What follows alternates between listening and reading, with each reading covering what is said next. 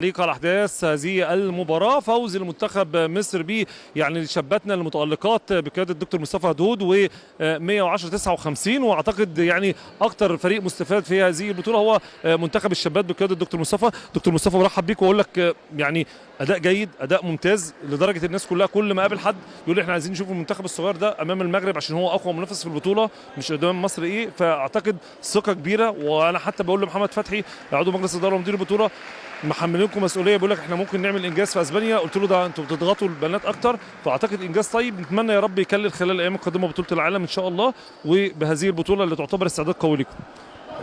ان شاء الله يا كابتن محسن. يعني احنا بنعد الجيل ده، فعلا الجيل ده واعد، والمنتخب الاول في 4 من اللي كانوا معانا في كاس العالم اللي فات. فدايما مصر في الناشئين دايما عندها يعني ذخره وكميه كويسه جدا من اللعيبه كويسين. اتمنى ان احنا نقدر نعمل حاجه في كاس العالم. عندنا الفرقه كويسه، لسه مستنيين جانا طارق معانا وجانا الالفي اضافه قويه. في اصابه في اكيلس وانت صابر عليهم صح؟ طبعا الاثنين عندهم اصابه في اكيلس، جايين من امريكا تقريبا. الارض هنا هارد اكليريك، هما بيلعبوا على باركيه هناك بقالهم سنه، مع اول تمرينه او ثاني تمرينه الاثنين عندهم مشكله. وبرده كان عندنا لعيبه كويسين جدا في المنتخب اللي ما اسعدهمش الحظ ان هم يكملوا معانا. في عناصر في مصر قويه، في مايا برده اخت جانا التوينز هنا جالها صليبي قبل البطوله ب10 ايام.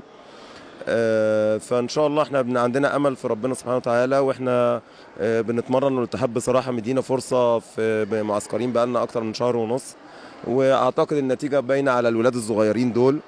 فان شاء الله اتمنى ان احنا نعمل حاجه في كاس العالم، اتمنى. يعني انا شايف اللي هم منظمين وانت ملتزم ايا كانت النتيجه، ملتزم بتكتيك، ملتزم بخطط معينه، سواء في طلعت الاوت سايد، في الديفنس، في الثلاثيات، في الاتاك. يعني شايف اللي انت عايز تفضل ماشي بشكل وبريتم معين بتغيره كل شويه.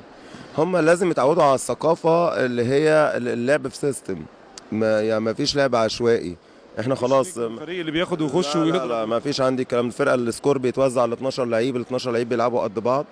مصر لازم ناقصها، يعني الحمد لله ما شاء الله بقى في بنيه اساسيه محترمه جدا. عندنا المدربين في مصر كلهم انا اقلهم يعني على اعلى مستوى.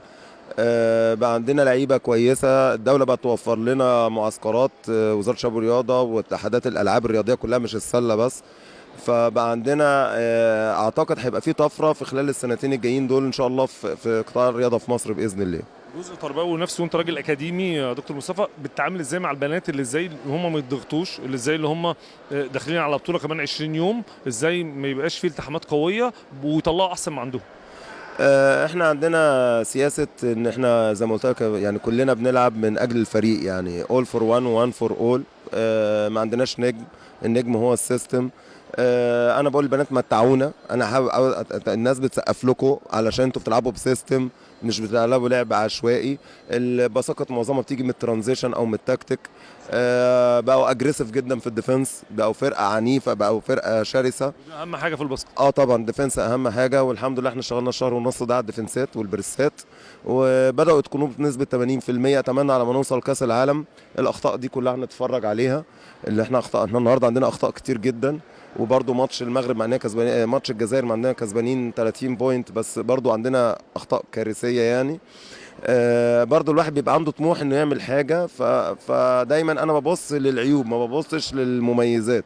طبعا في ايجابيات كتير، بس انا دايما اللي عاوز يطور نفسه يشوف العيوب ويشتغل عليها. المميزات خلاص، احنا بدل ما عندنا ايجابيات نبتدي نشوف السلبيات ونعالجها يعني.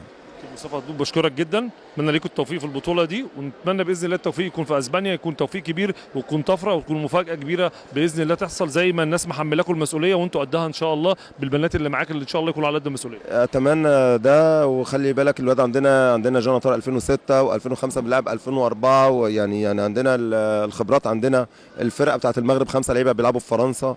المدرسه دي هتساعدنا جدا بكره ان شاء الله، لانهم فرقه سريعه جدا. هبتدي اشوف بقى اقيس نفسي على سرعات زي كاس العالم زي اوروبا. وربنا يكرمنا يا كابتن محسن ويكرم مصر ان شاء الله باذن الله. شكرا جدا يا كابتن. شكرا يا كوتش. شكرا.